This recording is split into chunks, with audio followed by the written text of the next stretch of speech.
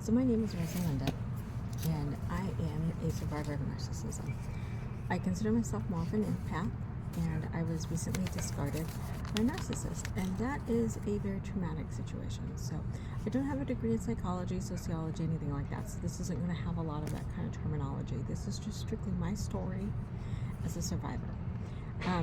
After being discarded, and if you are familiar with the narcissist situation, discarding is when they leave you. For me, he left me for a younger woman. It's a woman he'd gaslighted me that he wasn't seen. Oh, she's married. Oh, she's this, she's that. Well, it turns out she's not. She's actually, 7 days after I kicked him out, he was engaged to her. So some of the common feelings I felt after being discarded by the narcissist, we were together 10 years, if not longer. Actually, it was off and on for 17 years. But he did cheat on me, and finally I just said, that's it, I'm not done. I'm done. I'm not going to deal with this anymore. But it's really confusing because I feel very, very betrayed. I gave him everything I had, but apparently everything I had was not good enough. And it made me feel very insignificant, right? I felt lost, especially at first. I didn't understand why he would want to be with someone else. Like, I gave you everything I had. You lived at my home rent free. I cooked, cleaned. For a while I was even washing your clothes until you found a condom in your pocket. Yeah. So I didn't understand even how he could leave me for someone 17 years younger than him. I was lost because we don't have the same life skills, we don't have the same experience, the same understanding. So he's 52. She's in her early 30s. Literally the same age as his own child, and just a few years older than my daughter. I think they were born about 2 years apart. And the first thing, which can be very healthy, is the comparison. So that was really, really easy to get myself sunk into that comparison to his new relationship. How is it that he's engaged to her? How long were they together? How long was he cheating on me with her? How is this person better? She has less education. She has a less paying job. Probably doesn't have her own business. Doesn't probably have 2 cars like I do. Like, you start comparing. I'm older. I'm more mature. I have a retirement. You start going through that, and it starts spiraling. So it's really important that you keep yourself in check, because it will spiral, and it gets really bad, and it really, really hurts. And even now, just talking about it, it hurts. The next thing is insecurity.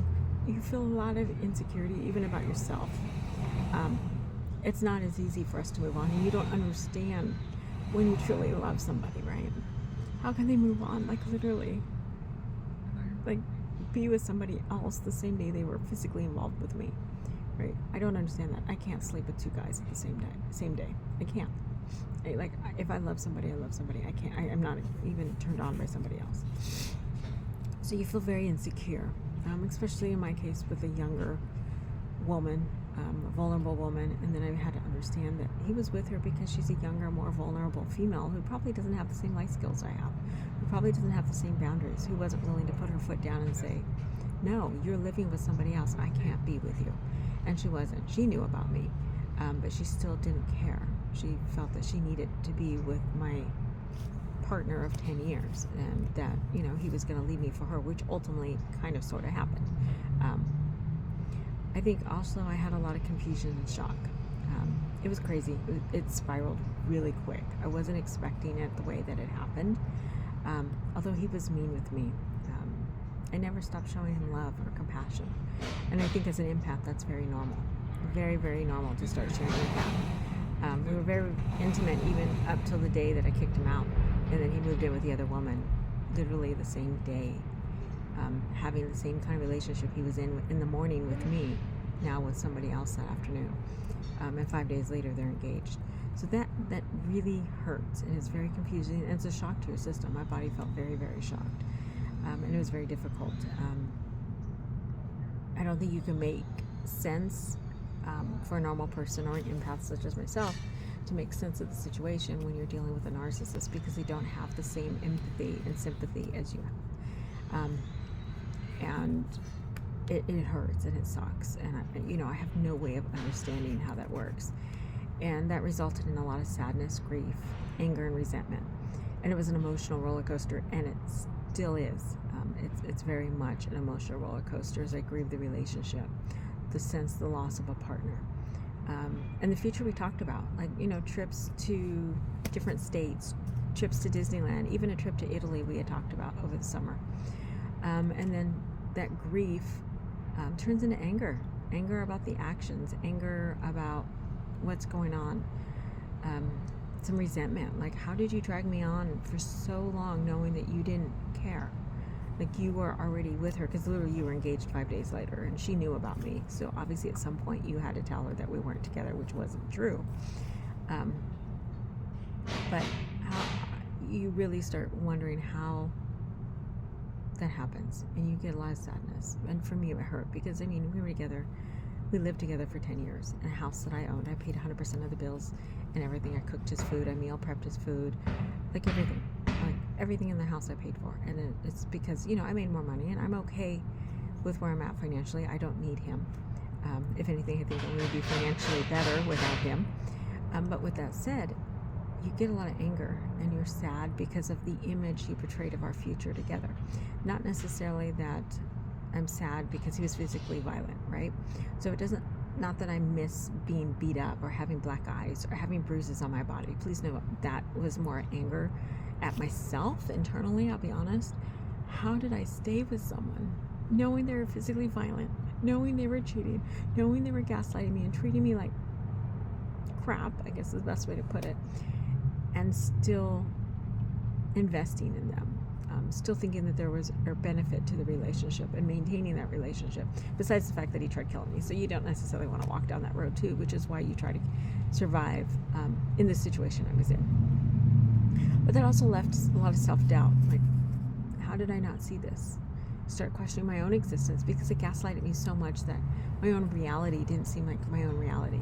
Saying things like, oh, your own parents don't love you, oh, this person doesn't like you, and this person doesn't want to talk to you, and just manipulating even some of the stuff that you had told them that they thought was true. I mean, just crazy accusations, and it hurts, it really does, and you start self-doubting even yourself and your self-esteem and your own existence and understanding of the reality around you.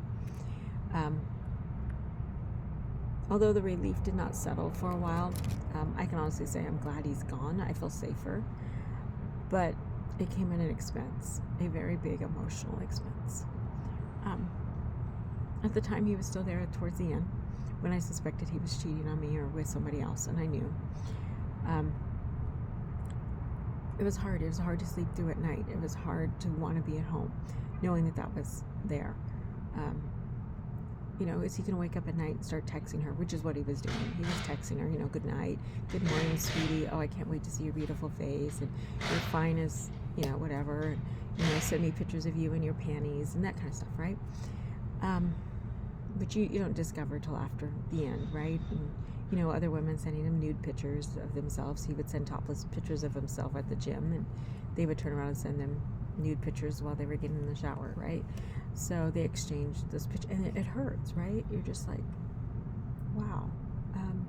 So I don't miss that. I don't miss him locking his phone in the car while he showered, because to me that's a red flag, right? It's like, we're sitting here and you're like, he's like, hey, can I borrow your phone? I'm like, yeah, what do you need? I can look it up. Or why don't you grab your phone? Is it in your pocket? He's like, no, I left it in the car. Really? Why would you leave your phone in your car? Because I don't want to go get it. Yeah, I know, because there's probably missed messages on there. So, those kind of things stand out.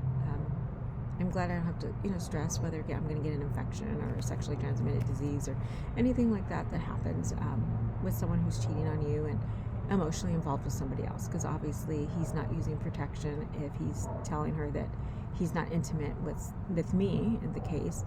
So then I have to worry about something like that, which luckily I did get bladder infections and kidney infections, stuff like that. Luckily, with him gone, I don't have to worry about those anymore. That's usually how I knew he was cheating, because I had a reaction, and I know that. But there is hope for the closure. Closure is happening. It's one day at a time. It's very slow. But understanding why it came to an end, I may never understand, and I may not ever understand. As an empath, understanding is key for me for growth. If I do something wrong, I want to know how I can fix it. How can I be better tomorrow? How can I help other people in the same situation, which is what I've learned I can do, and probably the only thing I can do in this situation is use this for growth, use this to help other people. that are going through the same situation, because there is no easy fix. It's one day at a time. I'm reading women that are a year out away from their narcissist relationship, and it wasn't even as long as mine, and they're still struggling with their sense of reality, their sense of self-esteem, their sense of moving forward. And so I'm just here to kind of share my experience and know that these are normal feelings. I am on an emotional roller coaster between sadness, grief, anger, and resentment all day long. And there's times where I'm just happy as a lark, like, hey, you know how much stress I don't have to worry about? But that roller coaster is going to happen. It's going to happen probably for months, maybe even years, as I grieve what I thought was my future, what I thought, you know, Valentine's Day was going to be like, what I thought summer, you know, maybe I still go to Italy.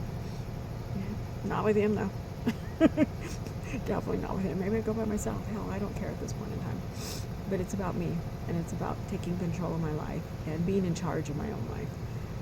I don't need it. I still have a master's degree. I'm still educated. I still have control, and I still have a good job. I still have my own house. I still have my own car, right? I still have control of a lot of things. At times I wonder with the narcissist, they do have difficulty letting go. So you will go through this a lot, because even mine continues to message me.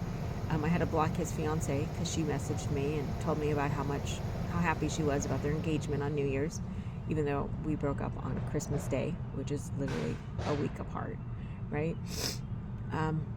He messaged me about how we were only roommates, even though he was in my bed.